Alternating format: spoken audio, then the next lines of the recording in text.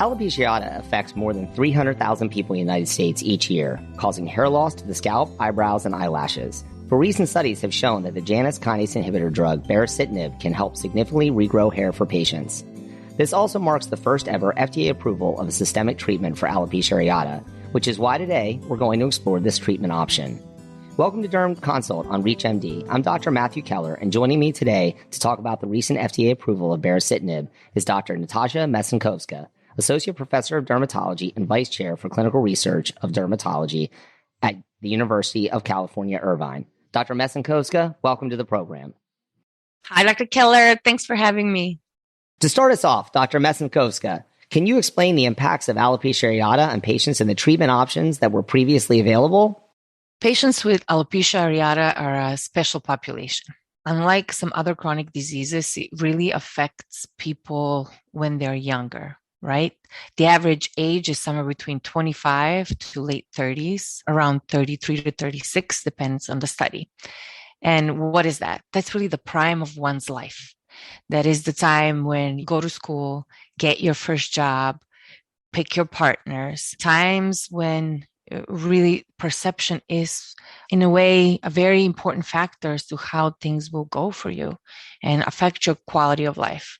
So the psychosocial impacts of alopecia areata have really been vast, but it took for us as physicians, as a medical community, a little bit of time to catch up on it, capture it, and describe it. And thankfully we did, because showing that alopecia areata is not just a cosmetic thing, that is a medical thing, was crucial to get the pharmaceutical companies interested to pay attention to the condition, the high prevalence and incidence of it in the population all across the world, and to start making some of the medications that they have available for clinical trials. Really, for decades, we've known that it's an autoimmune condition, that is a condition that is chronic, that it's relapsing. What does that mean?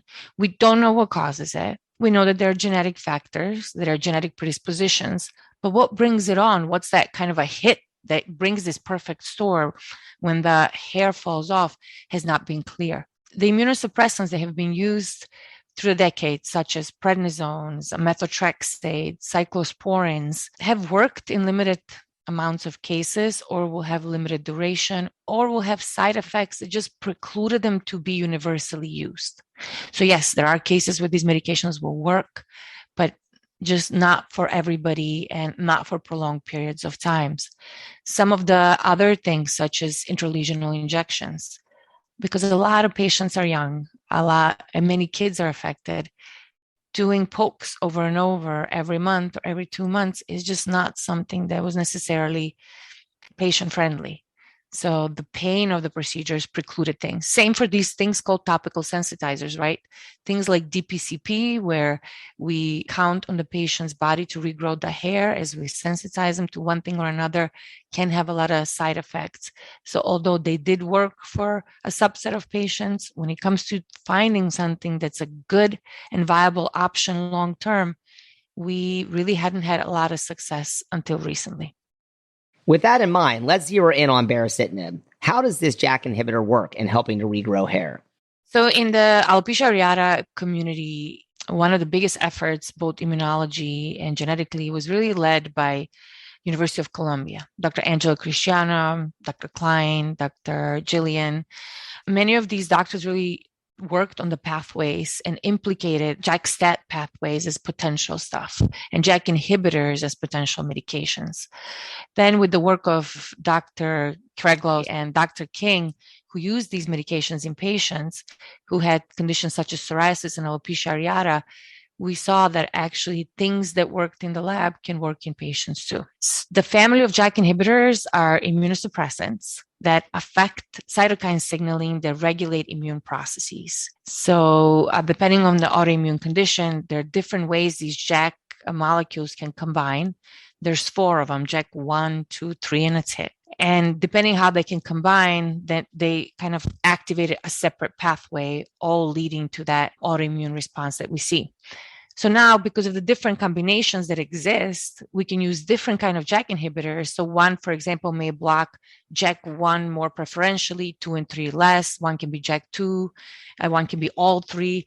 So there are a lot of medications called JAK inhibitors that are coming out on the market who are preferentially blocking different pathways, kind of having the same outcome ultimately, but probably with different efficacy. Why is this good and why are choices good? Because more options can serve more patients, because all patients are not alike. Different people with different kind of pathway controls may end up with the same condition. So baricitinib is one of these medications that is a great JAK inhibitor that was approved for arthritis. And if we take a look at the clinical trials, how were those studies designed? So clinical trials for alopecia areata, it took us a while to get to how to design them because of the relapsing kind of remitting nature of this condition. The episodes and the way they can happen on their own required that patients actually are enrolled in longer studies. In order for a person to qualify for the initial studies, they had to have at least 50% of their hair loss, and they had to be healthy without any infections or any malignancies within 5 years prior. They had to be 18 years and above for most of the trial, although some are now in 12 years and older.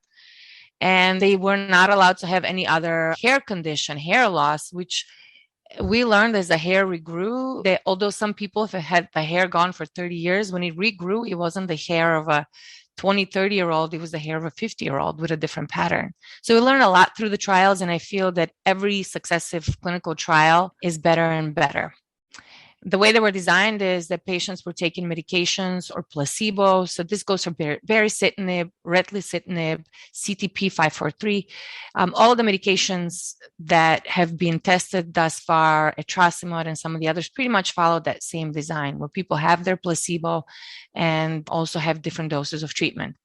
We've been very fortunate that a lot of these medications were either approved or tested previously, thus had demonstrated safety for other conditions, such as rheumatoid arthritis or other things.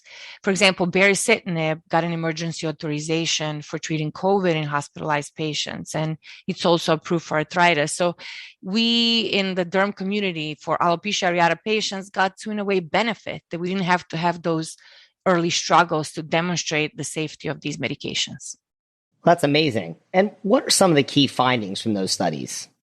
So the key findings from the studies, when it comes to the oral immunosuppressants, the oral JAK inhibitors, the safety really continued to be demonstrated throughout the trials with very low incidence of side effects. And the effectiveness really varies across different medications, but it's pretty significant. So for example, for the baricitinib trial, their endpoint was at 36 weeks. And what they wanted to show is how much people regrew hair. But it wasn't like, oh, anyone that regrows hair is a responder. They were pretty ambitious in their goals. So in order for somebody to be a quote unquote responder to baricitinib, they had to have a SALT of 20, meaning 80% of their hair had to regrow. So not just that you grew half of your head or like 10 hairs. 80%. It's a lot of hair to regrow on somebody.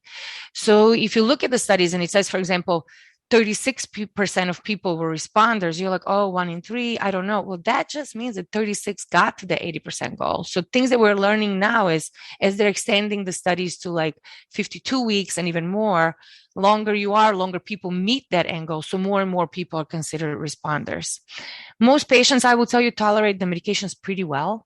Rarely is there some nausea, but if I compare it to, for example, my doxycycline, and by all means, not even to isotretinoin patients really tolerate it well. My number one question when I see somebody at follow-up, I'm like, would you know you're taking something?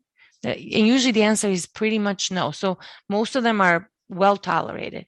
I would say on average, most people will start growing hair around month 2 or 3 that are responders. Some of the early signs that I see in my experience are pimples. So folliculitis on the scalp, a little bit of pimples on the face, and some of the younger ones can have full-on acne. I've had to put some people even on isotretinoin to control it. One thing I think that we learned through the trials, and is something that maybe we didn't realize before, is just how much eyebrows and eyelashes mean to patients, even nose hairs, right? Like stuff that maybe we as dermatologists never thought about. And allergy is something that plagues people. Sinus infections are in alopecia areata patients. Dry eyes are, although dry eye is more of an autoimmune condition, but We think that eyebrows, eyelashes, and nose hairs do play more of a role than we realized before as patients get better. And through the trials, one thing I would tell you is for people that haven't had hair for almost a decade, because that was pretty much the cutoff for an episode in all the trials, when they get their hair back, the confidence and just the overall attitude of a person changes. So although a lot of the kids, the young people, the adults are super resilient, super used to their condition, there is something that just brightens up and the eye contact gets better. I think it's truly life transforming when the hair comes back. So for those just tuning in, you're listening to Derm Consult on ReachMD. I'm Dr. Matthew Keller, and today I'm speaking with Dr. Natasha Mesinkovska about the FDA's recent approval of baricitinib for alopecia areata. So Dr. Natasha, now that we know what led to the approval of baricitinib, let's turn our attention to its application in practice. Which of our patients are the right fit for this new treatment, and how would they use it? Probably these are going to be patients that are going to have a moderate to severe hair loss. What's moderate to severe is to each its own. Some people use, for example, 50% as the cutoff. But what if you have 20% or the patient has 20%, but it's all up front, right? And they just have a hard time covering it. So a couple of articles that came out recently are trying to help people understand what's moderate and what are the psychosocial implications. So is it possible that you have one patch that's up front, but then you have eyebrow and eyelash loss? It does give a little bit of a room to a physician to figure out with the patient where they are on that severity scale. So it's not just a number. Right now, it's only approved for adults. It is not for patients that are pregnant, and it is not for patients that are breastfeeding. Some of the box warnings on the JAK inhibitors are serious and are things that we need to discuss with patients. So what are they? Like most immunosuppressants we're used to from psoriasis, some of the biologics, etc., patients have to be screened for infections, right? So no infections allowed. I would say definitely no current malignancies and no malignancies in the last 5 years. And then for the JAK inhibitors in particular, I will look into cardiac and clotting factors, thrombotic event factors. What does that mean?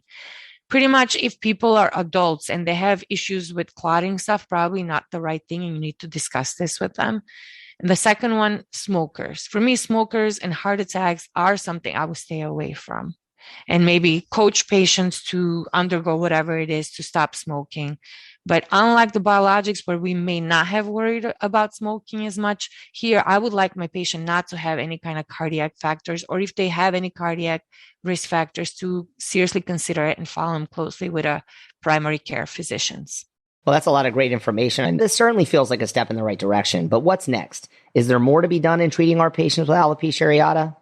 I think what's next is there are going to be more JAK inhibitors, right? There's a lot of trials right now. Another group of medications that are coming out on different pathways will be probably the etrasimod medications. And then just learning more from comorbidities. One of the things that I like a lot, especially my pediatric patients, are things that target allergies. So for example, dupilumab. I like it.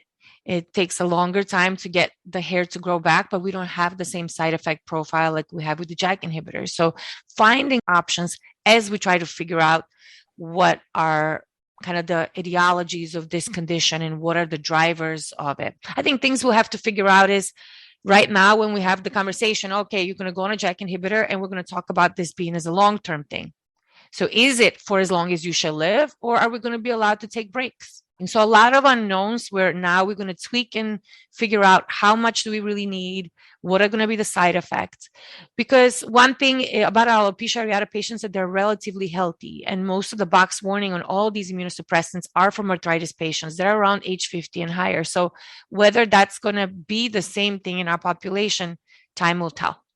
So those were all great insights into a new treatment option for our patients with alopecia areata. And as all this brings us to an end of today's program, I want to thank my guest, Dr. Natasha Mesinkovska, for sharing these updates. Dr. Mesinkovska, it was great speaking with you.